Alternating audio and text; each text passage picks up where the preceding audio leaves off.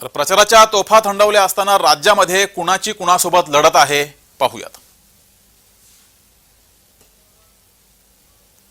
तर चौथ्या टप्प्यातील प्रचार थांबलेला आहे। हिना गावित भाजपच्या उमेदवार विरुद्ध गोवाल पाडवी काँग्रेसचे उमेदवार नंदुरबारमध्ये ही लढत होती आहे। चौथ्या टप्प्यात 11 मतदारसंघात लढती होत आहेत।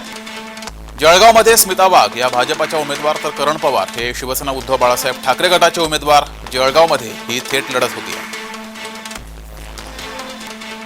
रावेरमध्ये भाजपच्या रक्षा खडसे या उमेदवार आहेत तर दुसरीकडे शरदचंद्र पवार गटाचे श्रीराम पाटील अशी लढत होती आहे।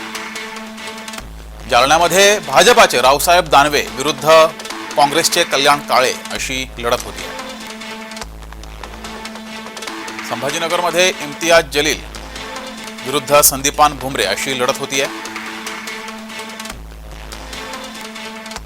तर चंद्रकांत खैरे हे सुद्धा या ठिकाणी उमेदवार आहेत तर वंचितचे अफसर खान हे सुद्धा उमेदवार आहेत, त्यामुळे संभाजीनगरमध्ये चौरंगी लढत होती आहे।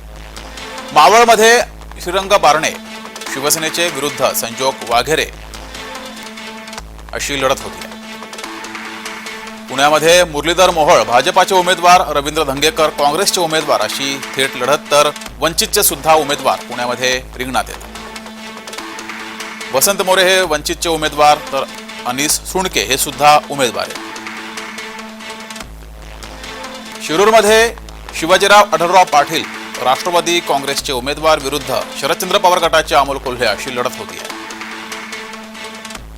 अहमदनगरमध्ये सुजय विखे पाटील भाजपचे उमेदवार विरुद्ध शरदचंद्र पवार गटाचे निलेश लंके अशी थेट लढत होती आहे। शिर्डीमध्ये शिवसेनेचे सदाशिव लोखंडे विरुद्ध भाऊसाहेब वाघचौरे अशी लढत होती आहे।